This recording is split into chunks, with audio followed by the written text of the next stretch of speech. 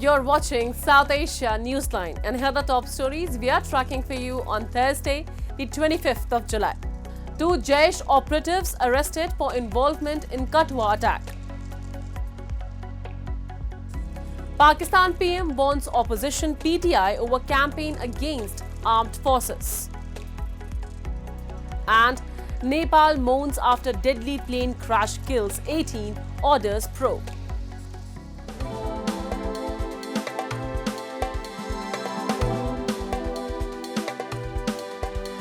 And now for all the details.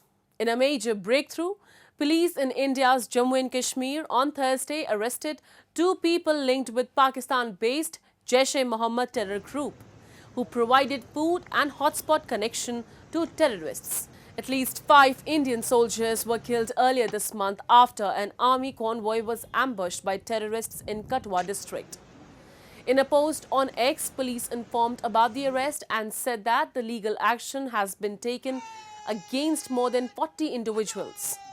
The incident has exacerbated the ongoing wave of terrorist violence in Jammu, sending alarm bells ringing amongst India's security establishment. The army has deployed more than 4,000 soldiers to carry out anti-terror operations. And India is committed to concluding a free trade agreement with the United Kingdom, Prime Minister Narendra Modi said on Wednesday after meeting David Lammy, the UK's Foreign Secretary in New Delhi. Both the sides also launched India-UK Technology Security Initiative during Lammy's meeting with Foreign Minister S. Jaishankar. The agreement would see the two countries work more closely together on critical technologies including semiconductors, quantum and AI. It will also foster collaboration on telecom security and unlocking investment in emerging technologies. David Lammy is the highest-ranking official from the United Kingdom to visit India since the Labour Party won a landslide victory in the recent election. As Pakistan government continues to mull to ban Imran Khan-led PTI, Prime Minister Shehbaz Sharif on Wednesday warned the opposition party against peddling the smear campaign targeting the country's institutions. In his remarks at the cabinet meeting, Sharif called PTI as perpetrators of May 9 violence and said they have resorted to new tactics to malign the country and its armed forces, even running a campaign against it. We will not tolerate any such steps against the country, its innocent people and its armed forces, Sharif was quoted as saying by local media portals. The comments come days after Pakistan military spokesperson Lieutenant General Ahmad Sharif Chaudhry echoed a similar view and said the nation needs to stand up against militants and digital terrorists. Former PM Khan's PTI has been facing massive crackdown despite the jail leader winning a series of legal cases brought against him since he was ousted from power in 2022. Recently, authorities raided PTI digital wing offices and arrested their information secretary, Rauf Hassan, over allegation of PTI being involved in propaganda against the country. Khan's party, however, denies the accusation.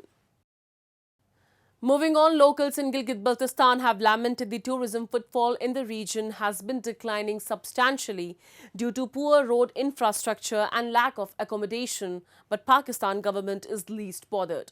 A report. Locals in Gilgit Baltistan have raised concern over declining tourism due to poor road infrastructure and negligent attitude of the Pakistan government towards the occupied region. A restaurant owner said dilapidated roads, transportation and poor network connectivity is keeping even domestic tourists away. He said that the Pakistan government, despite getting huge revenues from the region, has not brought any infrastructure development. अगर ये road वगैरह अगर government अगर सही कर लेती है, road वगैरह अगर सारी चीज़ें ठीक कर देती, तो उसके बाद जो है ना 100% जो है ना टूरिज़म जो है ना कहीं नहीं जाएंगे। पाकिस्तान से ना कोई स्विट्ज़रलैंड जाएगा, ना कोई लंदन जाएगा, ना कोई पेरिस जाएगा, सब जो है ना गिलगित बल्तिस्तान का रुख करेंगे। वाइड रीज़न ये है कि ये रोड की वजह से जो है ना ये टूरिज़म जो है ना उनके जो है ना बहुत ज़्यादा जो है ना मुश्किलात का सामना करना पड़ता है, जिसकी वजह से वो नहीं आ रहे हैं। Locals in Gilgit Baltistan have long claimed that politicians make hollow promises to bring about development during elections, but no action can be seen on ground. They say Pakistan's indifferent attitude has affected all sections of the society. Flags were flown at half-mast across Nepal on Thursday as the country mourned Saurya Plane crash, which claimed the lives of 18 people on board. In the horrific incident on Wednesday, a Bombardier CRJ-200ER of Saurya Airlines carrying 2 crew members and 17 technicians crashed shortly after takeoff. According to Tej Bahadur Podal, the spokesman for the Tribhuvan International Airport, Captain Mr. Shakya was the only person on board to have survived the crash and is receiving treatment. The government has ordered a 5-member committee led by former Director General of the Civil Aviation Authority of Nepal, Ratish Chandra Lal Suman, will probe the crash and submit the report within 45 days. Nepal has been criticized for its poor air safety record, where many airlines fly to small airports in remote hills and near peaks shrouded in clouds. The country is home to 8 of the world's 14 tallest mountain peaks. The country's main airport is ringed by mountains, affecting wind direction and intensity and making takeoff and landing a challenge for pilots. Bangladesh Junior Minister of Information Mohammad A. Arafat on Wednesday visited the destroyed building of Bangladesh Television, the state-owned television station in Dhaka. The building was vandalized amid deadly protests by Bangladeshi students over the now scrapped quota system in government jobs. The minister said that the building was destroyed by the third party who got into it and started attacking the government establishment. We can sense an invasion of a third party who got into it and started attacking the government establishment. Many of the government and the public properties, they started attacking and also killing.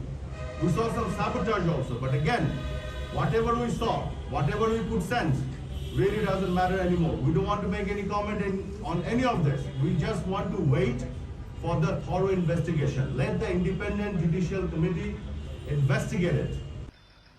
Meanwhile, trade resumed at India-Bangladesh border after the protests taper off. Truck drivers from India and neighbouring countries of Bhutan and Nepal said the reopening of the border was a relief as the closure led to losses for the government, manufacturers and truck drivers. अभी loss तो सबका ही हुआ, केवल के सरकार का भी हुआ, मालिक का भी हुआ, हम लोग ड्राइवर लोग का भी हुआ, इतना दिन बैठा था. That's all in tonight's edition. We will see you same time tomorrow. Good night.